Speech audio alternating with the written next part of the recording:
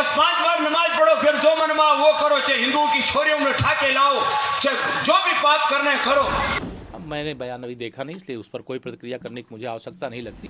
देखिए, स्वामी रामदेव जी ने कोई गलत बयान नहीं दिया। उन्होंने जो कहा यथार्थ कहा, सही कहा। बाबा रामदेव साहब का ताल्लुक है तो उनको ये खुद तय करना है कि वो एक धर्मगुरु हैं, वो एक संत हैं, एक व्यापारी हैं या एक राजनेता हैं। आतंकवादी बन के घने, बाकी और जितने भी अपराधी घने बन गए, नमाज जरूर पढ़नी, बस इतना ही सिखावा, नमाज पढ़ो, जो मनमाए वो करो। कभी एक भी मौलाना नहीं आएगा कहने कि जी ये गलत कर रहे हैं, कभी एक भी मुस्लिम संस्थान नहीं करता। तो क्यों? क्योंकि वो समझते हैं कि जितना हिंदुओं का उत्पीड़न करो वही धर्म बना लिया इन्होंने। देखिए, हमारे मुल्क में एक फैशन चला है कि धर्म संसद के नाम पर अधर्म की बातें फैलाई जाए और वहाँ पर सिर्फ और सिर्फ मुसलमानों और इस्लाम पर छीटाकशी की जाए। अब कोई मुसलमान से पूछो थारो धर्म क्या है, वो कहे कि बस 5 बार नमाज पढ़ो, फिर जो मनवा वो करो, चाहे हिंदुओं की छोरियों में उठा के लाओ, चाहे जो भी पाप करना है करो। वो इस्लाम का मतलब नमाज समझते हैं। घने पाप करते हैं हमारे बहुत से मुस्लिम भाई, लेकिन नमाज जरूर पढ़े मेरे बेटा, क्योंकि उनको यही सिखाएगा, बस नमाज पढ़ो, बाकी जो करना है करो। आतंकवादी बन के घने, बाकी और जितने भी अपराधी घने बन गए, नमाज जरूर पढ़नी, बस इतना ही सिखावा, नमाज पढ़ो, जो मनमाए वो करो। हमारे मुल्क में एक फैशन चला है कि धर्म संसद के नाम पर अधर्म की बातें फैलाई जाए और वहाँ पर सिर्फ और सिर्फ मुसलमानों और इस्लाम पर छीटाकशी की जाए।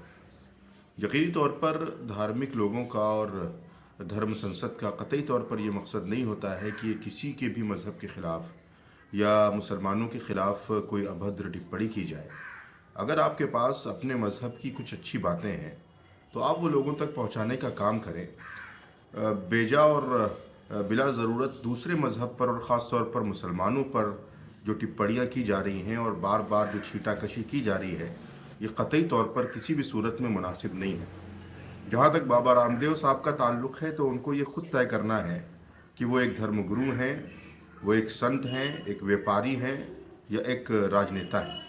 क्योंकि जिस तरीके की ज़बान वो इस्तेमाल कर रहे हैं, यकीनी तौर पर वो किसी धार्मिक शख्स की या संत और साधु समाज से ताल्लुक़ रखने वाले शख्स की ज़बान नहीं हो सकती। ये यकीनी तौर पर किसी राजनेता ही की ज़बान हो सकती है।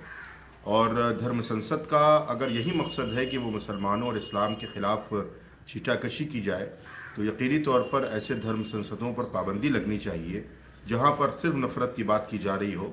अगर वाकई में आपको काम करना है तो मोहब्बत के पैगाम को आम करें, नफ़रत के ख़ात्मे के लिए धर्म संसद को आयोजित करें तो ये ज़्यादा बेहतर होगा। स्वामी रामदेव जी ने कोई गलत बयान नहीं दिया। उन्होंने जो कहा यथार्थ कहा, सही कहा। आप जरा देखिए कि किस प्रकार से लव जिहाद मुस्लिम युवक करते हैं, हिंदू बेटी बहनों को बर्बाद किया, लाखों बहनों को।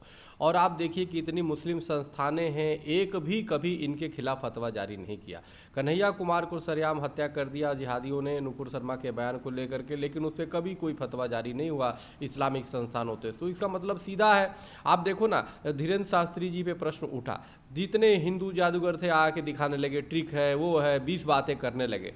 और लेकिन क्या कोई मुस्लिम संस्थानें कभी ये बोलती है कि जी ये जिहाद जो कर रहे हैं ये गलत कर रहे हैं, कभी बेटी बहनों को वो कर रहे हैं गलत कर रहे हैं? कभी एक भी मौलाना नहीं आएगा कहने कि जी ये गलत कर रहे हैं, कभी एक भी मुस्लिम संस्थान नहीं करता। तो क्यों? क्योंकि वो समझते हैं कि जितना हिंदुओं का उत्पीड़न करो वही धर्म बना लिया इन्होंने। अब मैंने बयान अभी देखा नहीं, इसलिए उस पर कोई प्रतिक्रिया करने की मुझे आवश्यकता नहीं लगती। इसलिए इस समय आज की तिथि में हम सब लोग सीधे तौर से जो भारतीय जनता पार्टी ने विधान परिषद के इस चुनाव में शानदार सफलता अर्जित की है, इसके लिए मैं एक बार फिर से जो मतदान करने वाले हैं उनके प्रति और जिन कार्यकर्ताओं ने परिश्रम किया है उनके प्रति बहुत आभार प्रकट करता हूं।